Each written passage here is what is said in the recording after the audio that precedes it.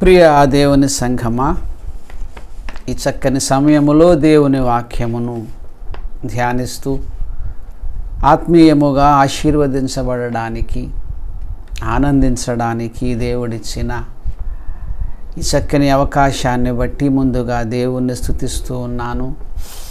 ఈ కార్యక్రమాన్ని చూస్తున్న మీ అందరకు యేసుక్రీస్తు వారి పరిశుద్ధ నామాన నా వందనాలు చెప్తా ఉన్నాను. సామెతలు గ్రంథము 17వ అధ్యాయము 22వ వచనము. సంతోషము గల మనస్సు ఆరోగ్య కారణము, నలిగిన మనస్సు ఎముకలను ఎండిపోచేయును. ఈ వచనాన్ని మనం ఆలోచన చేస్తే మానసిక ఆరోగ్యము, శరీర ఆరోగ్యము రెండింటికి సంబంధం ఉన్నట్టుగా కనపడతా ఉంది. మానసికమైన ఆరోగ్యము సరిగా లేకపోతే శారీరక ఆరోగ్యము కూడా పాడవుతుంది. ఇక్కడ అంటున్నది అదే. సంతోషము గల మనస్సు ఆరోగ్య కారణము, నలిగిన మనస్సు ఎముకలను ఎండిపోచేయును. ఎముకలంటే శరీరములో ఉన్న అవయవాలు. ఇది ఎండిపోవడానికి అంటే శారీరక రోగం రావడానికి గల కారణం ఏమిటంటే నలిగిన మనస్సు. హృదయములో విచారాలు, బాధలు ఉన్నప్పుడు శారీరక ఆరోగ్యము క్షీణిస్తుంది అని ఈ వచనము చెప్తా ఉంది. వాస్తవికంగా కూడా సమాజంలో మనం చూస్తూ ఉన్నాము. బైబిల్ ఎప్పుడూ కూడా తప్పు చెప్పదు. ఈ కాలంలో అనేకులకు డయాబెటిక్, షుగర్ అని, బీపీ అని, థైరాయిడ్ అని, లేక గ్యాస్ట్రిక్ అని దీర్ఘకాలికమైన వ్యాధులతో అనేకులు బాధపడుతూ ఉన్నారు. దీనికి కారణం ఏమిటంటే వాళ్ళ మానసిక ఆరోగ్యం సరిగా లేక టెన్షన్స్, ఉద్యోగాలలో టెన్షన్స్, కుటుంబాలలో టెన్షన్స్, ఎన్నో విచారకరమైనటువంటి పరిస్థితులు మన జీవితంలో ఎదురవ్వటము, దాని వలన మానసికంగా మానవులు కృంగిపోవటము, ఈ మానసిక కృంగిబాటు హార్మోన్స్ మీద ఎఫెక్ట్ చూపించి ఈ షుగరు, బీపీ, థైరాయిడ్, లేకపోతే గ్యాస్ట్రిక్ ఇలాంటి దీర్ఘకాలిక వ్యాధులకు కారణమవుతూ ఉంది. సో మానసిక ఆరోగ్యము అనేటువంటిది శరీర ఆరోగ్యాన్ని ప్రభావితం చేస్తుంది. ఈ కాలంలో అనేకమైన అనారోగ్యాలకు గల కారణము మానసిక ప్రశాంతత లేకపోవటం, కుటుంబంలో సమాధానం లేకపోవటం, ఉద్యోగాలలో ఎన్నో రాజకీయాలు, గొడవలు, అలాగే సమాజంలో ఎన్నో మోసాలు, ఇలాంటివన్నీ మన జీవితంలో ఎదురవుతూ ఉన్నప్పుడు మానసికంగా మనం ఎంతో విచారానికి గురవుతూ ఉంటాము. ఈ మానసికమైన విచారమే శరీర ఆరోగ్యాన్ని పాడు చేస్తూ ఉంటుంది. ఈ విషయాన్ని బైబిల్లో చాలాసార్లు వ్రాయబడి ఉంది. యెషయా గ్రంథము 47వ అధ్యాయము 13వ వచనము. యెషయా గ్రంథము 47:13. నీ విస్తారమైన యోచనల వలన నీవు అలసి ఉన్నావు. మానవులకు ఆలోచనలు కదా, చాలాసార్లు చాలామంది స్నేహితులు సలహాలు ఇస్తూ ఉంటారు. ఎక్కువగా ఆలోచించకండి, ఆరోగ్యం పాడవుతుంది అంటూ ఉంటారు. ఆలోచించకుండా ఉందామని చాలామంది ప్రయత్నం చేస్తూ ఉంటారు, కానీ అది వారి వల్ల కాదు. ఎందుకంటే ఆలోచనలు మన అనుమతి తీసుకొని రావు, మన ప్రమేయం లేకుండా వచ్చేస్తూ ఉంటాయి. మన జీవితంలో ఎదురయ్యే అనేకమైన సంఘటనలు మనం ఎక్కువగా ఆలోచించడానికి కారణమవుతాయి. ఆ ఆలోచనలే మానసిక కృంగుబాటును తీసుకొచ్చేస్తుంది. ఈ కాలంలో చాలామంది సరిగా నిద్ర పట్టక నిద్ర మాత్రలు వాడుతూ ఉంటున్నారు, స్లీపింగ్ పిల్స్ వాడుతున్నారు, లేకపోతే నిద్ర పట్టడం లేదు. నిద్ర పట్టకపోవడానికి కారణం ఏమిటంటే ఏవేవో ఆలోచనలు, ఏవేవో సమస్యలు, మానసిక ఆరోగ్యం సరిగా ఉండటం లేదు. ఈ మానసిక సంబంధమైనటువంటి విచారాల వలన మరి అనేకుల యొక్క ఆరోగ్యం కృంగిపోతూ ఉంది. శారీరక ఆరోగ్యం బలహీనపడుతూ ఉన్నారు. ఎక్కడ పడితే ఎక్కడ మనం చూస్తూ ఉన్నాం. చిన్న వయసులో నుంచి కూడా ప్రశాంతత ఉండటం లేదు. చిన్న వయసులో కూడా టెన్షన్స్, చిన్నప్పటి నుంచే టెన్షన్స్, స్కూల్ చదువుల్లో టెన్షన్స్. చిన్న చిన్న వయసు ఉన్న వాళ్ళకి కూడా ఈ బీపీ, షుగర్లు వచ్చేస్తున్నాయి. ఇప్పుడు 25 ఏళ్ళు లేకపోయినా సరే బీపీలు, షుగర్లు. కారణం ఏమిటంటే జీవితం అంతా కూడా విపరీతమైనటువంటి టెన్షన్స్తో, విచారాలతో ముందుకు వెళుతూ ఉంది. అందుకనే ఆరోగ్యం క్షీణిస్తూ ఉంది. ఈ మానసిక విచారాలు అంటే ప్రశాంతత లేకపోవడం అనేటువంటిది భక్తి జీవితాన్ని కూడా ప్రభావితం చేస్తుంది. భక్తి జీవితంపై అంటే శరీర ఆరోగ్యము మీద మాత్రమే కాక ఆధ్యాత్మికమైన ఆరోగ్యముపై కూడా ఈ మానసిక విచారాలు మరి ప్రభావితం చేస్తూ ఉంటాయి. ఒక్కసారి చూడండి, యోబు గ్రంథము 6వ అధ్యాయము 14వ వచనము. యోబు గ్రంథము 6వ అధ్యాయము 14వ వచనములో, కృంగిపోయిన వాడు సర్వశక్తుడగు దేవుని యందు భయభక్తులు మానుకొనినను స్నేహితుడు వానికి దయచూపతగును. కృంగిపోయిన వాడట సర్వశక్తుడగు దేవుని యందు భయభక్తులు మానుకొనినను. అంటే కృంగిపోయిన వాడు దేవునిపై ఒక విధమైన అసహనాన్ని వ్యక్తీకరిస్తూ ఉంటాడు.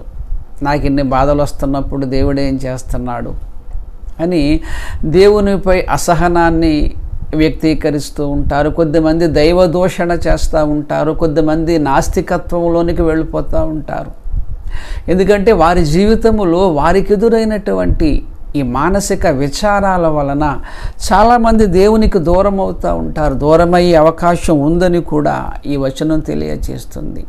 యేసుక్రీస్తు వారు చెప్పిన విత్తనాల ఉపమానములో మరి ముండ్ల పొదలపై పడిన విత్తనాలు. ఒకసారి లూకాసు వార్త 8వ అధ్యాయము 14వ వచనము. లూకాసు వార్త 8వ అధ్యాయము 14వ వచనము. ముండ్ల పొదలలో పడిన వారెవరనగా విని కాలము గడిచిన కొలది ఈ జీవన సంబంధమైన విచారముల చేతను అణిచివేయబడి పరిపక్వముగా ఫలింపనివారు. ఈ జీవన ప్రయాణంలో అనేకమైన విచారాలు వస్తూ ఉంటాయి. వాటి వలన మరి వీళ్ళు భక్తి జీవితంలో పరిపక్వముగా ఫలింపని వారిగా మనకు కనపడతా ఉన్నారు. కారణం ఏమిటంటే ఐహిక విచారాలు, ఈ యొక్క జీవితానికి సంబంధించినటువంటి బాధలు. వీటి వలన వీళ్ళు భక్తి జీవితము కూడా పరిపక్వముగా ఫలింపని వారుగా మనకు కనపడతా ఉన్నారు. నేటి సమాజంలో మానసికమైనటువంటి ప్రశాంతత ఎవరికీ ఉండడం లేదు. ప్రతి వ్యక్తి జీవితంలోనూ ఏదో ఒక మానసిక సమస్య, కృంగిపోవటం, నలిగిపోవటం, బాధలు, నిద్ర సరిగా పట్టకపోవటం, నిద్ర మాత్రలు వాడటం, ఇలాంటివి ఎన్నో. కొద్దిమంది అయితే డిప్రెషన్లోనికి వెళ్ళిపోతూ ఉంటారు. కొద్దిమంది సూసైడ్ అటెంప్ట్ చేస్తూ ఉంటారు. కొద్దిమంది అలా చనిపోతారు కూడా. ఈ మానసికంగా వారికి ప్రశాంతత లేని కారణం చేత చాలామంది మరి ఈ సూసైడ్ చేసుకునే వాళ్ళను కూడా మనం చూస్తూ ఉంటాం. సో ఈ మానసిక ఆరోగ్యము అనేటువంటిది ప్రియులారా ప్రతి మనిషికి అవసరమై ఉన్నది. కానీ ఏ మనిషిలోనూ కూడా మానసిక ప్రశాంతత ఉండటం లేదు. సాధారణంగా మనం డాక్టర్ దగ్గరికి వెళితే, సైక్రియాటిస్ట్ దగ్గరికి వెళితే అతను ఏం చేస్తాడంటే ఆలోచించకుండా ఉండడానికి నిద్ర మాత్రలు ఇచ్చేస్తూ ఉంటాడు. మానసికంగా మనం ప్రశాంతంగా ఉండలేకపోవడానికి కారణం ఏమిటంటే ఆలోచనలు. ఈ ఆలోచనలను అదుపు చేయడానికి డాక్టర్ ఏం చేస్తాడంటే నిద్ర మాత్రలు ఇచ్చేస్తాడు. నిద్ర మాత్రలు వేసుకోవడం వల్ల అలమత్తుగా నిద్రపోతారు. కానీ మెలకు వస్తే మరలా విచారాలు ప్రారంభమైపోతాయి. సో అర్నాడు కూడా స్లీపింగ్ పిల్ వేసుకోవాలి. ప్రతిరోజు ఇలా స్లీపింగ్ ట్యాబ్లెట్స్ వాడుతూ ఉండాలి. కొంతకాలానికి స్లీపింగ్ ట్యాబ్లెట్ ఉంటేనే కానీ నిద్ర పట్టని పరిస్థితి వచ్చేస్తుంది. వీటి వల్ల సైడ్ ఎఫెక్ట్స్ ఉంటాయి. ఎక్కువగా నిద్ర మాత్రలు వాడటం వలన జ్ఞాపక శక్తి తగ్గిపోతుంది. ఈ యొక్క నరాల బలహీనత వచ్చేస్తుంది. నర్వస్ వీక్నెస్ వచ్చేస్తుంది. మనం షుగర్కి ట్యాబ్లెట్స్ వాడుతున్నాం, బీపీలకి ట్యాబ్లెట్స్ వాడుతున్నాం, థైరాయిడ్కి ట్యాబ్లెట్స్ వాడుతున్నాం, గ్యాస్ట్రిక్ ట్యాబ్లెట్స్ వాడుతున్నాం. ఇవి ఆ వ్యాధిని ఆ యొక్క వ్యాధిని తాత్కాలికముగా తగ్గిస్తాయి తప్ప శాశ్వతముగా తగ్గించవు. నిత్యము అలా వాడుతూ ఉండాలి. మళ్ళీ వీటి వల్ల సైడ్ ఎఫెక్ట్స్ ఉంటాయి. షుగర్ ట్యాబ్లెట్ మనం వాడుతూ ఉంటాం, దానివల్ల కొన్ని సైడ్ ఎఫెక్ట్స్. బీపీ ట్యాబ్లెట్స్ వల్ల కొన్ని సైడ్ ఎఫెక్ట్స్. ఒక రోగాన్ని తగ్గించే ఔషధం ఏదైతే ఉందో మరొక రోగానికి అది కారణమవుతుంది. సో దీనివలన మానవ సమాజం అంతా కూడా అనారోగ్యానికి మరి గురవుతూ ఉంది. ట్యాబ్లెట్స్ లేని ఇల్లు లేదు కదా, ప్రతి ఇంట్లోనూ గుట్టలు గుట్టలుగా ట్యాబ్లెట్స్, జీవితాంతము వాడవలసిన ట్యాబ్లెట్స్. కారణము మానసిక ప్రశాంతత లేకపోవటము. మానసిక ప్రశాంతత లేకపోవటము శరీర ఆరోగ్యాన్ని మాత్రమే కాకుండా ఆధ్యాత్మిక ఆరోగ్యాన్ని కూడా అది పాడు చేస్తూ ఉంటుంది.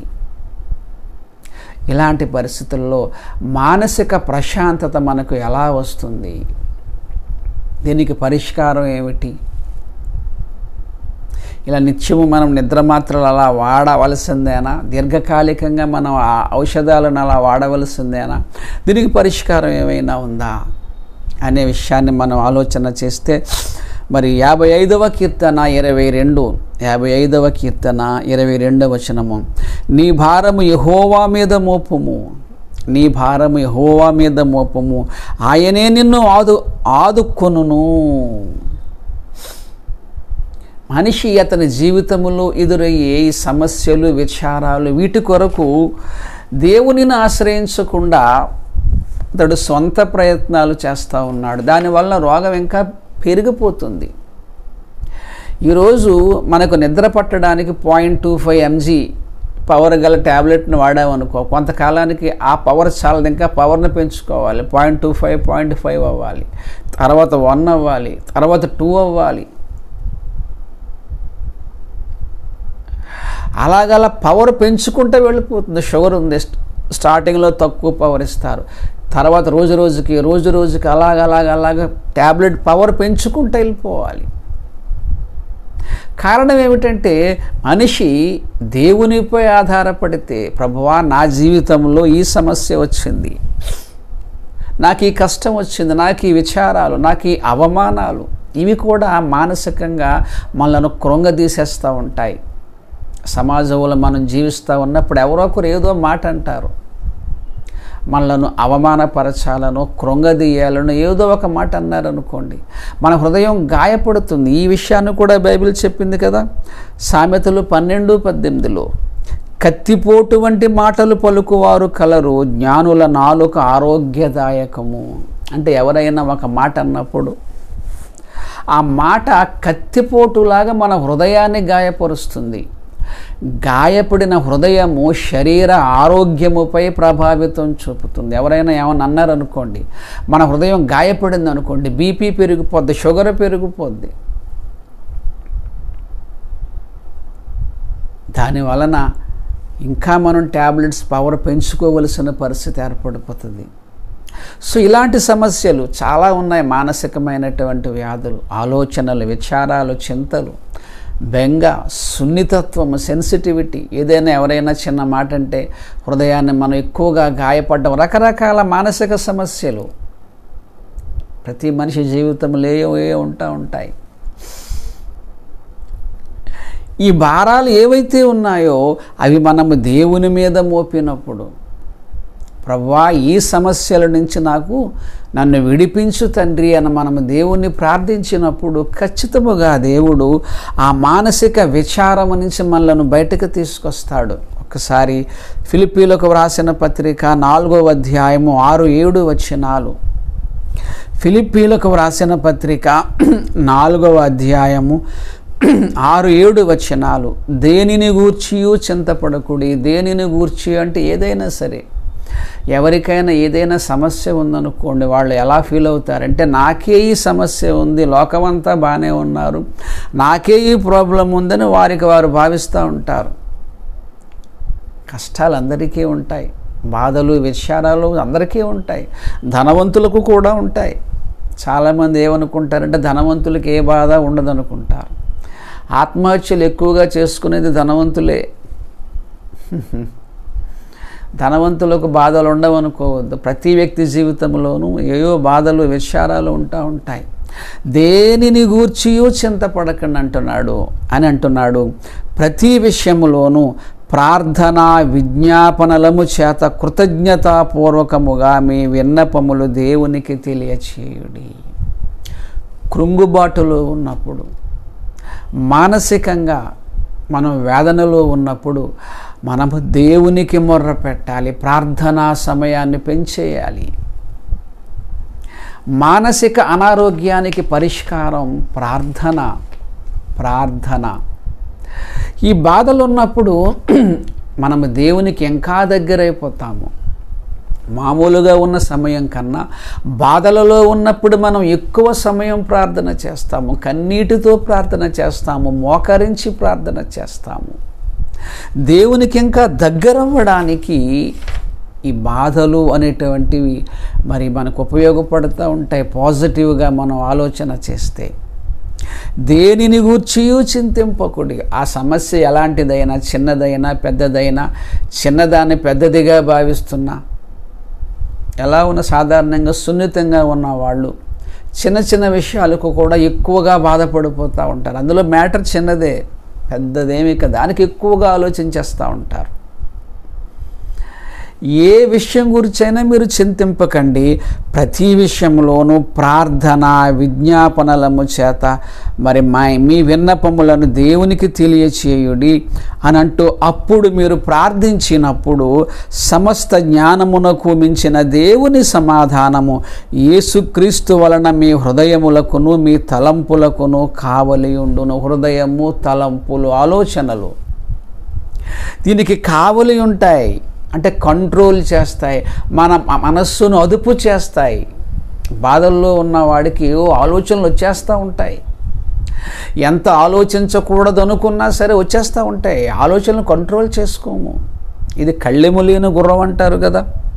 హృదయాన్ని కంట్రోల్ చేసుకోవడం చాలా కష్టం. ఏయో చిన్న చిన్న చిట్కాలు చాలామంది చెప్తూ ఉంటారు. ఏదో శ్వాస మీద ధ్యాస, శ్వాస మీద ధ్యాస అంటారు, ఇంకేదేదో బ్రీత్ ఇన్ బ్రీత్ అవుట్, ఇంకేవేవో రకరకాలు చెప్తూ ఉంటారు. కానీ అవి శాశ్వతమైన పరిష్కారాన్ని ఇవ్వవు. అవి ఏదో టెంపరీగా మనకు అలా అనిపిస్తాయి తప్ప అదేమీ కాదు.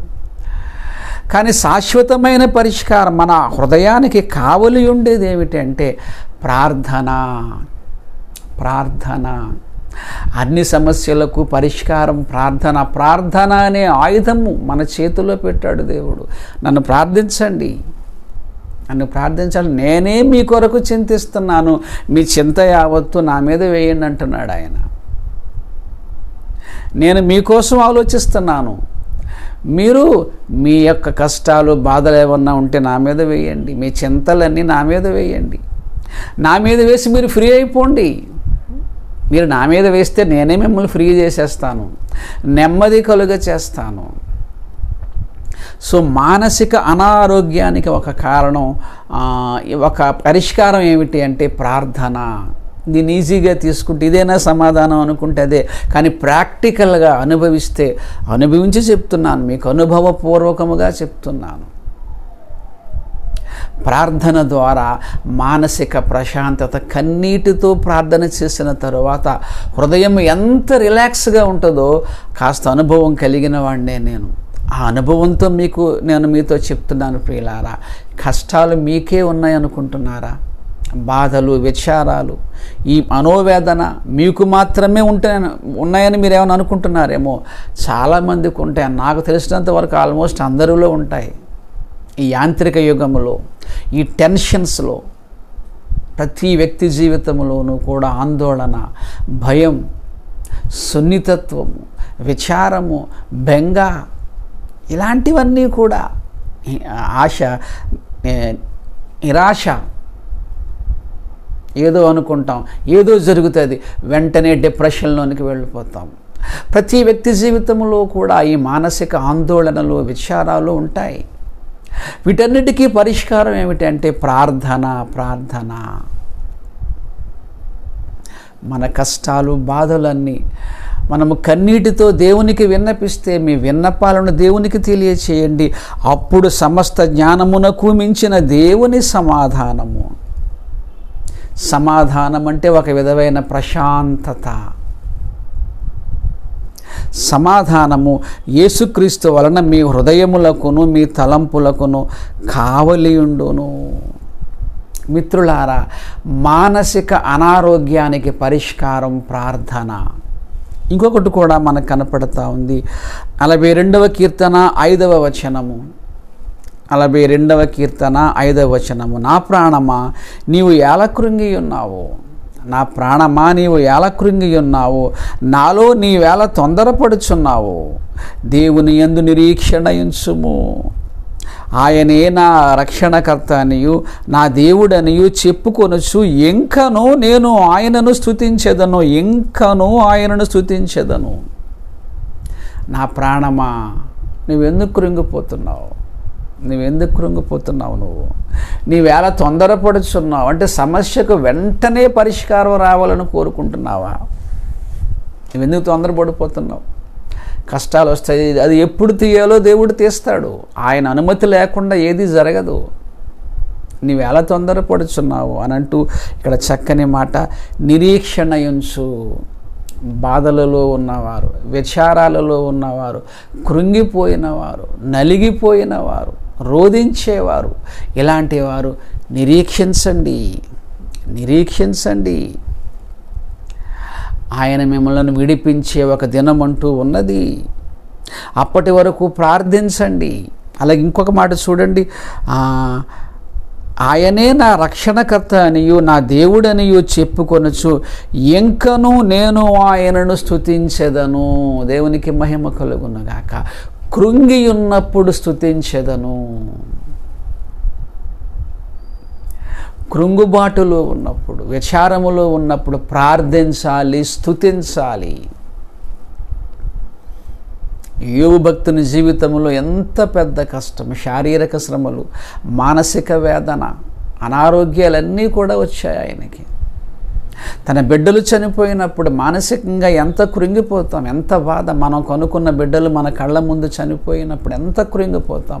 అలాంటి సమయంలో యోబు గారు అంటున్నారు, యెహోవా ఇచ్చెను, యెహోవా తీసుకునెను, ఆయనకు స్తుతి కలుగునుగాక అంటాడు. ఆయన స్తుతిస్తున్నాడు. శ్రమలలో స్తుతించే అనుభవము క్రైస్తవులకు ఉండాలి. శ్రమలలో ప్రార్థించే అనుభవము క్రైస్తవులకు ఉండాలి. స్తుతి కూడా చాలా గొప్పది సంగమా. చాలామంది క్రైస్తవులను చూస్తూ ఉంటాను, పాటలు అయిపోయాక వస్తూ ఉంటారు వాళ్ళ సంఘానికి. స్తుతించడానికి పెద్ద ప్రాధాన్యతనివ్వరు. భక్తి జీవితంలో స్తుతించటము అనేటువంటిది ప్రియులారా చాలా గొప్పది. స్తుతించటం అనేటువంటిది ఒక విధమైన ఉత్సాహాన్ని ఇస్తుంది. ఇవన్నీ అనుభవించి చెప్తున్నా ఉన్నాను మీకు. చప్పట్లతో, చప్పట్ల కొడుతూ, వాయిద్యాలతో, కీర్తనలతో దేవుణ్ణి మనం స్తుతిస్తూ ఉన్నప్పుడు విచారాలు ఎగిరిపోతాయి. దేవుడు తీసేస్తాడు వాటిని. మానసికమైన ఆనందాన్ని ఇస్తాడు, మానసికమైన ఆరోగ్యాన్ని ఇస్తాడు. స్తుతించడములో శక్తి ఉన్నది, ప్రార్థించడములో శక్తి ఉన్నది. ప్రియదేవుని సంగమా, ప్రార్థన, స్తుతి. అలాగే ఇంకొకటి చెప్తున్నా, 119వ కీర్తన 50వ వచనము. 119వ కీర్తన 50వ వచనము. నీ వాక్యము నన్ను బ్రతికించి ఉన్నది, నా బాధలో ఇదే నాకు నెమ్మది కలిగించుచున్నది. నా ఇంటి గోడ మీద అంటించుకున్నాను నేను ఈ స్టిక్కర్ని. ఈ మాటను స్టిక్కర్గా చేయించి నా ఇంటి గోడ మీద అంటించుకున్నాను. ఎందుకంటే ఈ వాక్యమును నా జీవితంలో నేను అనుభవించాను గనక చెప్తా ఉన్నాను. వాక్యము బాధలలో నెమ్మదిని కలుగ చేస్తుంది. బాధలు ఎందుకు వస్తున్నాయో వాక్యము తెలియచేస్తుంది. ఆ బాధల ద్వారా దేవుడు మీకు నాకు ఏమి నేర్పించాలనుకుంటున్నాడో వాక్యం తెలియచేస్తుంది. మీలాగే నాలాగే అనేక శ్రమలు పొందిన భక్తుల యొక్క చరిత్రలను వాక్యము తెలియజేస్తుంది. నెమ్మది కలుగ చేస్తుంది వాక్యము, నెమ్మది కలుగ చేస్తుంది ప్రార్థన, నెమ్మది కలుగ చేస్తుంది స్తుతి. వాక్య ధ్యానము, ప్రార్థన, స్తుతి, ఈ మూడు కూడా మానసికమైన ఆరోగ్యాన్ని ఇస్తాయి. దేవునికి మహిమ కలుగునుగాక. అనుభవించే చెప్తున్నాను నేను. ప్రార్థించటము, వాక్యాన్ని ధ్యానించటము, స్తుతించటము, ఈ మూడు మన జీవితంలో ఎడతెగక ఉన్నప్పుడు మానసికమైన వేదనలు ఎగిరిపోతాయి, చింతలు పారిపోతాయి. ఎప్పుడైతే మానసికంగా మనం ఆనందంగా ఉన్నామో ఆటోమేటిక్గా శరీర ఆరోగ్యము బాగానే ఉంటుంది. శరీరం యొక్క ఆరోగ్యం పాడవడానికి అనేకమైన కారణాలలో ఒక ప్రధాన కారణమైనటువంటి కారణము మానసిక ఆందోళనలే, ఈ విచారాలే. నీ భారం యెహోవా మీద మోపు, ప్రార్థించు, స్తుతించు, వాక్యాన్ని ధ్యానించు, నీ విచారాలు పారిపోతాయి. ఒక నూతన ఉత్సాహం వస్తుంది, మన హృదయములో దేవుని సమాధానం వస్తుంది, సంతోషం వస్తుంది, మానసికమైన ఆనందం వస్తుంది. భక్తి జీవితంలో అదే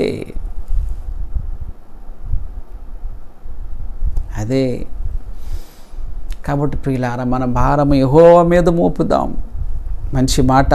కీర్తనల గ్రంథము 3వ అధ్యాయము 5వ వచనము. కీర్తనలు 3:5 యెహోవా నాకు ఆధారము, కావున నేను పండుకొని నిద్రపోయి మేలుకొందును. యెహోవా నాకు ఆధారము, నా జీవితానికి ఆయనే ఆధారము, నా కష్టాలు బాధలలో అన్నీ ఆయనే నాకు సహాయం చేస్తాడు అని మన భారాలన్నీ ఆయనపై వేసి ప్రార్థించి వాక్యాన్ని ధ్యానించుకొని సంతోషముగా చప్పట్లు కొట్టుకుంటూ స్తుతిస్తూ అలా పడుకుంటే హాయిగా నిద్ర పడుతుంది. దైవిక స్వస్థత సైడ్ ఎఫెక్ట్స్నివ్వదు, అది గుర్తుపెట్టుకోండి. నిద్ర మాత్రం లేచి పడుకుంటే జీవితాంతం వేసుకోవాలి. వాటి పవర్ రోజు రోజుకి పెంచుకుంటూ వెళ్ళిపోవాలి. దానివల్ల ఎన్నో సైడ్ ఎఫెక్ట్స్. మెమరీ పవర్ తగ్గిపోతుంది, జ్ఞాపక శక్తి తగ్గిపోతుంది, నరాల బలహీనత వచ్చేస్తుంది, నిస్సత్తువ వచ్చేస్తుంది. దైవిక స్వస్థత వలన సైడ్ ఎఫెక్ట్స్ రావు. ఔషధాల ద్వారా స్వస్థత పొందటం కన్నా గొప్పదేమిటంటే దైవిక ప్రార్థన ద్వారా స్వస్థత పొందటం, స్తుతించటం ద్వారా స్వస్థత పొందటం, వాక్యమును ధ్యానించటం ద్వారా స్వస్థత పొందటం.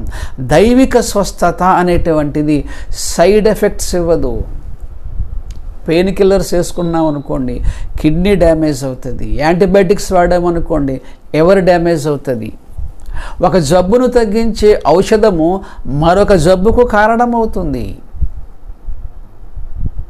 కానీ దైవిక స్వస్థతలో సైడ్ ఎఫెక్ట్స్ ఉండదు. సోదరులారా, ప్రార్థనలో మనం ఎక్కువ సమయాన్ని గడిపినట్లయితే, స్తుతించడానికి మనం ఎక్కువ సమయాన్ని కేటాయించినట్లయితే, వాక్యమును ధ్యానించడానికి మనం ఎక్కువ సమయాన్ని కేటాయించినట్లయితే దైవిక స్వస్థతను పొందుకుంటాం, మానసిక ఆరోగ్యమును పొందుకుంటాం.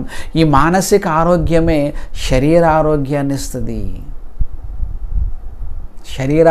ఇస్తుంది. యెహోవాయే నాకు ఆధారము, ఇంకా నేను పండుకొని నిద్రపోయి మేలుకొందును. స్లీపింగ్ ట్యాబ్లెట్ నాకు అక్కర్లేదు. ఏదో శ్వాస మీద ధ్యాస ఇలాంటి ఏం అక్కర్లేదు. ఆయనే చక్కని ఆరోగ్యకరమైన నిద్రనిస్తాడు. ఆయన సంతోషంగా పడుకొని చక్కగా మేలుకొనేలా చేస్తాడు ఆయన. మనం చేయవలసినవి ఈ మానసిక విచారాలు కలిగిన వారు 3: వాక్య ధ్యానము, ప్రార్థన, స్తుతి. ఇది 3 నిత్యము మన జీవితంలో జరుగుతున్నప్పుడు మానసిక విచారాలు పారిపోతాయి, మానసిక ఆరోగ్యాన్ని మనం పొందుకుంటాము. ఎప్పుడైతే మానసికమైనటువంటి ఆరోగ్యాన్ని మనం పొందుకున్నామో అప్పుడు సంతోషము గల మనస్సు ఆరోగ్య కారణము. మనకి శరీర ఆరోగ్యము కూడా వస్తుంది ప్రియులారా. 147వ కీర్తన 3వ వచనము. 147వ కీర్తన 3వ వచనము. గుండె చెదరిన వారిని ఆయన బాగు చేయువాడు, వారి గాయములు కట్టువాడు. దేవునికి మహిమ కలుగునుగా. గుండె చెదరిన వారంటే ఏదో మానసికమైన బాధ, ఏదో విచారం, ఏదో కారణం. అది అవమానమా, లేకపోతే ఇంకోటేదా విచారమా, ఇంకోటేమో ఏ విధమైన కారణం, ఏ విధమైనదైనా సరే గుండె చెదరిన వారిని, హార్ట్ అటాక్లకు రావడానికి కారణం ఈ మానసిక ఆందోళనలే. ఈ బీపీలు, షుగర్లు, థైరాయిడ్లు, గ్యాస్ట్రిక్లు ఇవన్నీ పెరగడానికి కారణం మానసిక ఆందోళనే. వీటి ద్వారానే బీపీలు షుగర్లు అయ్యి వస్తున్నాయి. ఈ బీపీలు షుగర్ల వల్లనే ఈ హార్ట్ అటాక్, కిడ్నీ ఫెయిల్యూర్స్ ఇవన్నీ వస్తూ ఉన్నాయి. గుండె చెదిరిన వారిని బాగు చేయువాడు, వారి గాయములు కట్టువాడు. దేవునికి మహిమ కలుగునుగాక. మనం నమ్ముకున్న దేవుడు గొప్ప దేవుడు. ఆయన గుండె చెదిరిన వారిని బాగు చేయు దేవుడు, మానసికమైనటువంటి విచారాలను తీసేసే దేవుడు, శారీరక ఆరోగ్యమునిచ్చే దేవుడు. అలాంటి దేవుడిని మనం నమ్ముకుంటున్నాము కదా. ఇంకా ఎందుకు ఆందోళన, ఇంకా ఎందుకు విచారము, ఇంకా ఏమిటి బెంగ, ఇంకా ఏమిటి నీకున్న సమస్యలు? నువ్వు నమ్ముకున్నటువంటి దేవుడు ఎంత గొప్పవాడవుతున్నప్పుడు మనకెందుకండి ఈ ఆందోళనలు, ఈ విచారాలు, ఈ బాధలు? అందుకే ఎక్కువ సమయం ప్రార్థనలో గడపండి, ఎక్కువ సమయాన్ని స్తుతించండి, ఎక్కువ సమయాన్ని వాక్యాన్ని ధ్యానించండి. ఇవన్నీ పోతాయి, ఈ మానసిక విచారాలు పోతాయి. ఇంకా చాలా వచనాలు ఉన్నాయి ప్రియులారా. అది 34వ కీర్తన 18వ వచనము. 34వ కీర్తన 18వ వచనము.